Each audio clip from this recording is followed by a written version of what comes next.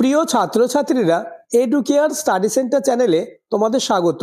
আজ আলোচনা করব ক্লাস 11 সেকেন্ড সেমিস্টার অর্থাৎ একাদশ শ্রেণীর দ্বিতীয় সেমিস্টার বাংলা সাবজেক্টের অতীব একটি গুরুত্বপূর্ণ মডেল কোশ্চেন পেপার নিয়ে। তাই ভিডিওটি প্রথম থেকে শেষ পর্যন্ত দেখো, কেননা তোমরা বুঝতে পারবে তোমাদের পরীক্ষায় কেমন কোশ্চেন আসবে। তাছাড়া এই কোশ্চেন পেপার থেকে বেশিরভাগ প্রশ্নই তোমরা কমন পাবে। কথা না বাড়িয়ে শুরু করছি আজকের আলোচনা। ক্লাস 11 মডেল কোশ্চেন বাংলা ক ভাষা দ্বিতীয় সেমিস্টার, পূর্ণমান 40, সময় 1 ঘন্টা 30 মিনিট।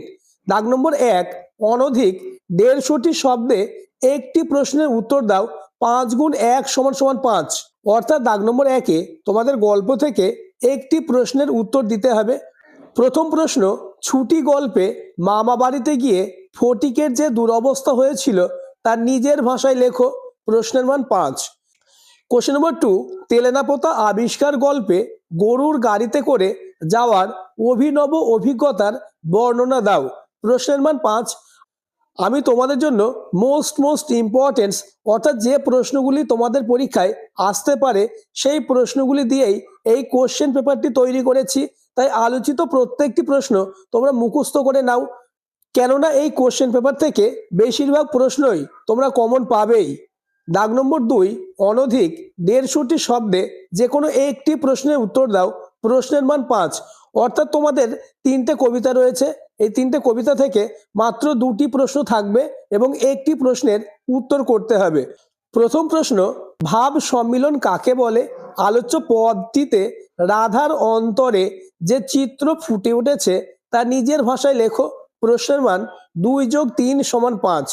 পরের প্রশ্ন, মানুষ ভজলে সোনার মানুষ হবি। সোনার মানুষ বলতে কি বোঝানো হয়েছে? মানুষ ভজনা করলে কিভাবে সোনার মানুষ হওয়া যায়?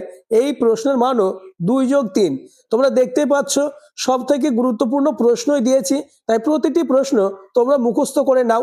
পরবর্তী ভিডিওতে আমি তোমাদের জন্য বাংলা সাবজেক্টের লাস্ট মিনিট অর্থাৎ ফাইনাল সাজেশন নিয়ে আলোচনা করব। তাই চ্যানেলটিকে সাবস্ক্রাইব করে দেবে এবং পাশের বেল আইকনটি প্রেস করে নোটিফিকেশন অল করে দেবে। তাছাড়া ভিডিওটি তোমার বন্ধুদের মধ্যে শেয়ার করে দেবে। নেক্সট, দাগ নম্বর 3, অনধিক 150টি শব্দে যে কোনো একটি প্রশ্নের উত্তর দাও। 5 গুণ 1 = 5। 3-এর দাগে তোমাদের নাটক থেকে অর্থাৎ তোমাদের একাদশ শ্রেণীতে একটি মাত্র নাটক রয়েছে, বিজন ভট্টাচার্যের লেখা আগুন।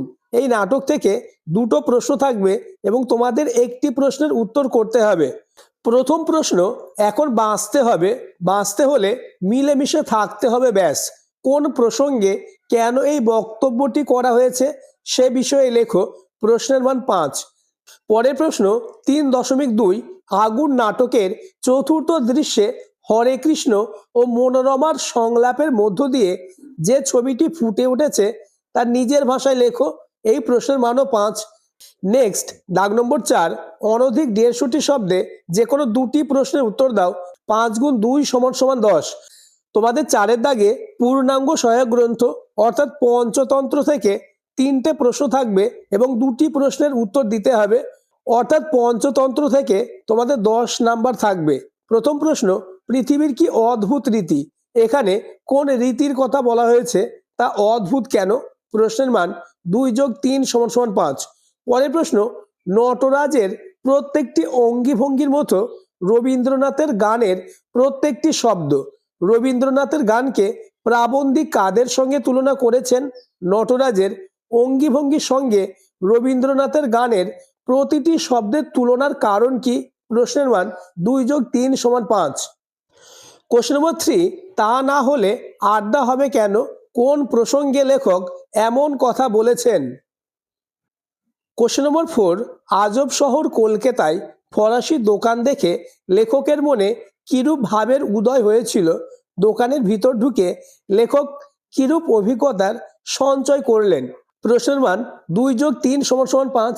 এমন কোশ্চেন পেপারই তোমাদের পরীক্ষায় আসবে। আর আলোচিত প্রত্যেকটি প্রশ্ন তোমরা মুখস্থ করে নাও, কেননা এই প্রশ্নগুলি থেকে তোমাদের পরীক্ষায় বেশিরভাগ প্রশ্ন তোমরা কমন পাবেই।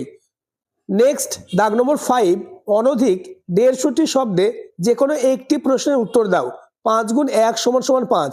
অর্থাৎ 5-এর দাগে তোমাদের শিল্প সাহিত্য ও সংস্কৃতির ইতিহাস থেকে 3টে প্রশ্ন থাকবে, যে কোনো একটি প্রশ্নের উত্তর করতে হবে। প্রথম প্রশ্ন, বাংলা গদ্যের বিকাশে ঈশ্বরচন্দ্র বিদ্যাসাগরের অবদান আলোচনা করো। প্রশ্নের মান 5। পরের প্রশ্ন, প্রবাদ ও প্রবচন বলতে কি বোঝো?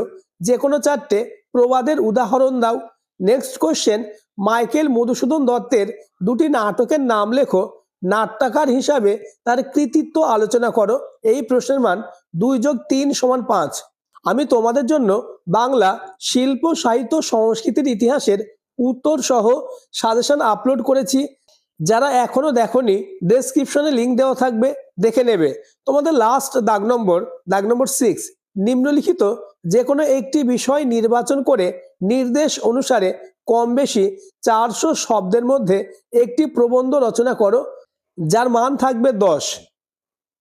প্রথম রচনা, নিচে প্রদত্ত মানস মানচিত্র অবলম্বনে প্রবন্ধ রচনা করো। তোমরা দেখতে পাচ্ছ একটা ছকের মতো দেওয়া থাকবে। তোমাদের রচনাটি লিখতে হবে শিক্ষা ও চরিত্র গঠনে খেলাধুলা, এই বিষয়ে রচনা লিখতে হবে এবং পাশে যে পয়েন্টসগুলো দেওয়া রয়েছে এই পয়েন্টস ভিত্তিক তোমাদের রচনা লিখতে হবে। দ্বিতীয় রচনা, প্রতিপক্ষের যুক্তি আসারতা প্রমাণ করে নিজের স্বপক্ষে যুক্তি বিন্যস্ত করে প্রবন্ধ রচনা করো। বিতর্কের বিষয় দেওয়া থাকবে এবং মতের পক্ষে হিন্টস দেওয়া থাকবে। এর ভিত্তিতে তোমাকে রচনা লিখতে হবে। কিভাবে রচনা লিখতে হয় পরবর্তী ভিডিওতে আমি তা আলোচনা করব, তাই চ্যানেলটিকে সাবস্ক্রাইব করে দেবে এবং ভিডিওটি তোমার বন্ধুদের মধ্যে শেয়ার করে দেবে। আজকের ভিডিও এই পর্যন্ত।